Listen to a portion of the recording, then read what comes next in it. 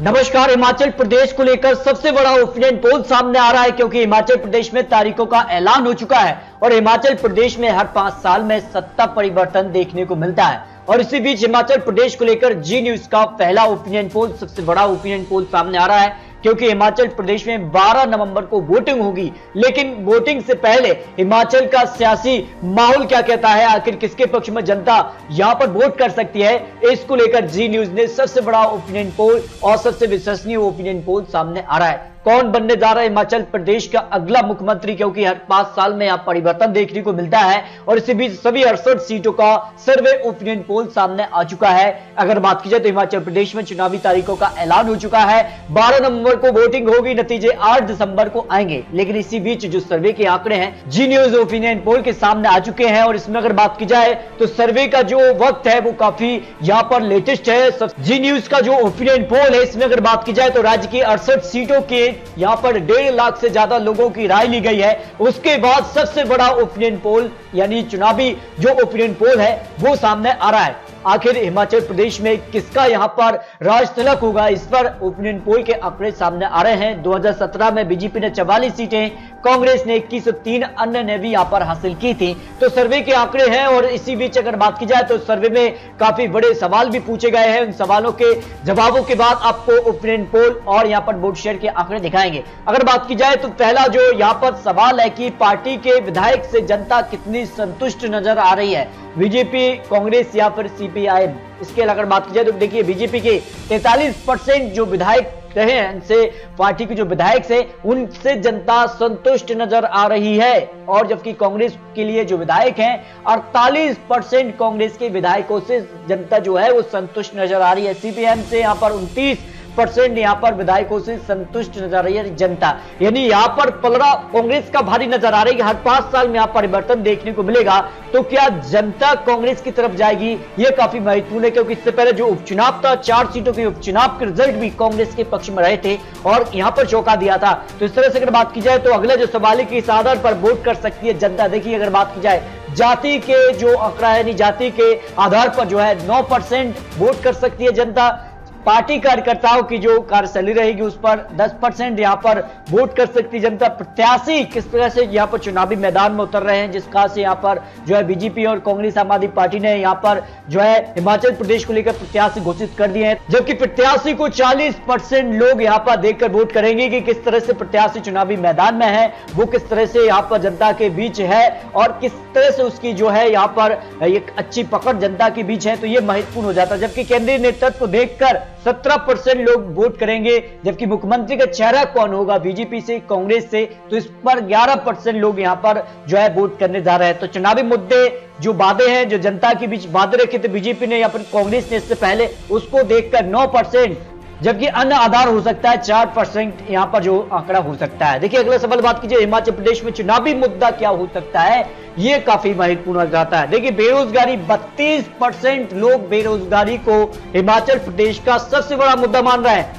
सड़क, बिजली, पानी भी 18% लोगों का यहां पर मुद्दा बना हुआ है। महंगाई 16% लोगों का यहां पर मुद्दा इस चुनाव को देख रही है। भ्रष्टाचार 9%, स्वच्छता 6% है, यहां पर सुरक्षा 3%, शिक्षा 2%, अन्य 14% मुद्दे हो सकते हैं। यानी सबसे बड़े मुद्दे बेरोजगारी, सड़क, बिजली, पानी और महंगाई, ये 3 बड़े मुद्दे इस चुनाव को कहीं ना कहीं यहां पर पलट भी सकते हैं, जिसका से जनता यहां पर जो है बड़े मुद्दों पर देख रही है। अब देखिए अगर बात की जाए तो किसका वोट किस तरह जा सकता है, इस पर देखिए ओपिनियन पोल का आंकड़ा जो निकल कर आ रहा है, जी न्यूज ने जो ओपिनियन पोल किया है। ब्राह्मण वोट किस तरफ जा सकता है, बीजेपी को 54%, कांग्रेस को 27%, आम आदमी पार्टी को 5% और तय नहीं अब तक यानी 14% ऐसा ब्राह्मण वोट होगा, वो अंत में फैसला लेगा वो किस तरफ जा सकते हैं। राजपूत वोट की बात की जाए तो इसमें 45% बीजेपी को, 34% कांग्रेस को, आम आदमी पार्टी को 7%, तय नहीं अन्य यानी 14% वोट जो है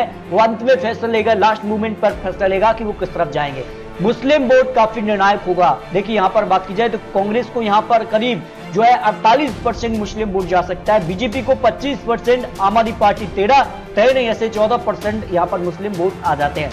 ओबीसी वोट की बात की जाए तो ओबीसी वोट बीजेपी को 36 जबकि कांग्रेस को 35, आम आदमी पार्टी 9, तय नहीं ऐसे 20% ओबीसी वोट होंगे जो अंत में फैसला लेगी, ये निर्णायक होंगे। और काफी ज्यादा सीटों पर यहां पर अच्छा खासा असर ओबीसी वोटर्स का है, तो यहां पर काफी निर्णायक हो सकते हैं। तो यहां पर कांग्रेस बीजेपी में आमने सामने की टक्कर देखने को मिल रही है। देखिए अगली जाति की बात की जाए तो यहां पर बीजेपी को 51%, कांग्रेस को 31, आम आदमी पार्टी 6, तय नहीं ऐसे 12% वोट शेयर आता है जो अंत में फैसला लेगा, ये काफी महत्वपूर्ण हो जाता है। आदिवासी वोट की बात की जाए तो यहाँ बीजेपी को 36% वोट शेयर जा सकता है, कांग्रेस को 30%, आम आदमी पार्टी 9, तय नहीं ऐसे 25% वोट शेयर होगा आदिवासी का जो अंत में फैसला लेगा, ये महत्वपूर्ण हो जाता है। तो इस तरह से अगर बात की जाए तो काफी चौंकाने वाले आंकड़े निकल कर आ रहे हैं। इसमें अन्य की भी बात की जाए, अन्य जो यहाँ पर कास्टें आ जाती है जिसमें बीजेपी को 65% वोट शेयर जा सकता है, कांग्रेस को 22, आम आदमी पार्टी 8, तय नहीं ऐसे 5% वोट शेयर आ जाता है। तो इस तरह से अगर बात की जाए तो काफी चौंकाने वाला ओपिनियन पोल सामने आ रहा है। इसी बीच अगर बात की जाए तो सीएम की पसंद कौन हो सकता है, जनता के बीच का जो सवाल है, जनता ने इस पर जो अपने जवाब रखे हैं कि सीएम के लिए पहली पसंद वो किसको चुन सकते हैं। जयराम ठाकुर यहाँ पर बीजेपी वर्तमान मुख्यमंत्री हैं, अगर इन्हीं को बीजेपी चुनावी मैदान में बतौर मुख्यमंत्री उतार रही है तो 30% लोग इनको मुख्यमंत्री के तौर पर फिर से देखना चाहेंगे। जबकि यहाँ पर बात की जाए अनुराग ठाकुर बीजेपी के ही यहाँ पर केंद्रीय जो है यहाँ पर मंत्री हैं, बड़े पद पर हैं, और ऐसे में उनको करीब 26% लोग यहाँ पर जो है सीएम के चेहरे के तौर पर देखना चाहेंगे, जो जी न्यूज ने ओपिनियन पोल जारी किया है। इसी बीच अगर बात की जाए तो यहाँ पर प्रतिभा सिंह जो कि कांग्रेस उम्मीदवार इस समय नजर आ रही हैं, तो उनको करीब यहाँ पर 22% लोग यहाँ पर सीएम के यहाँ पर पहली पसंद के तौर पर देख रहे हैं। इस तरह से अगर बात की जाए तो यहाँ पर मुकेश अग्निहोत्री को 10% जो कि कांग्रेस के ही एक बड़े दिग्गज नेता हैं, और अन्य को 12% लोग अन्य यानी इनमें से किसी को यहाँ पर सीएम के तौर पर नहीं देखना चाहते। इस तरह से अगर बात की जाए तो बीजेपी का यहाँ पर सीएम के तौर पर जयराम ठाकुर का ही यहाँ पर पलड़ा भारी नजर आ रहा है, जो वर्तमान मुख्यमंत्री यहाँ पर हैं। इस तरह से अगर बात की जाए तो हिमाचल प्रदेश की सभी 68 सीटों का जो ओपिनियन पोल सामने आ रहा है, उसमें अगर बात की जाए तो वोट शेयर की बात की जाए पहले तो बीजेपी को 45% वोट शेयर जा सकता है। इस हिसाब से बीजेपी को 36 से 48 सीटें जा सकती हैं, जबकि कांग्रेस को 32% वोट शेयर जा सकता है। इस हिसाब से 20 से 28 सीटें कांग्रेस को, आम आदमी पार्टी को 9% वोट शेयर के हिसाब से आम आदमी पार्टी यहाँ पर 0 से 1 सीट जा सकती है। अन्य के लिए अगर बात की जाए तो 14% वोट शेयर के हिसाब से 0 से 3 सीटें जा सकती हैं। यानी जी न्यूज ने जो ओपिनियन पोल जारी किया है, इसके आंकड़े फिलहाल बीजेपी के पक्ष में जा रहे हैं। 36 से 48 सीटें, सबसे बड़ी पार्टी यहाँ पर बीजेपी फिर से बन रही है, यानी जो यहाँ पर एक लगातार हर 5 साल में सत्ता परिवर्तन देखने को मिलता है। ओपिनियन पोल के हिसाब से यहाँ पर बीजेपी को बड़ी जीत मिल रही है। बीजेपी जो रिकॉर्ड है, यानी बीजेपी लगातार 2 यहाँ पर जो चुनाव है उनमें सरकार बनाने में सफल हो सकती है। जो ओपिनियन पोल के आंकड़े रिजल्ट के तौर पर अगर आपको देखने को मिलते हैं तो ये आंकड़े बन सकते हैं। कांग्रेस भी यहाँ पर कड़ी टक्कर दे रही है, 20 से 28 सीटें हैं, ये जो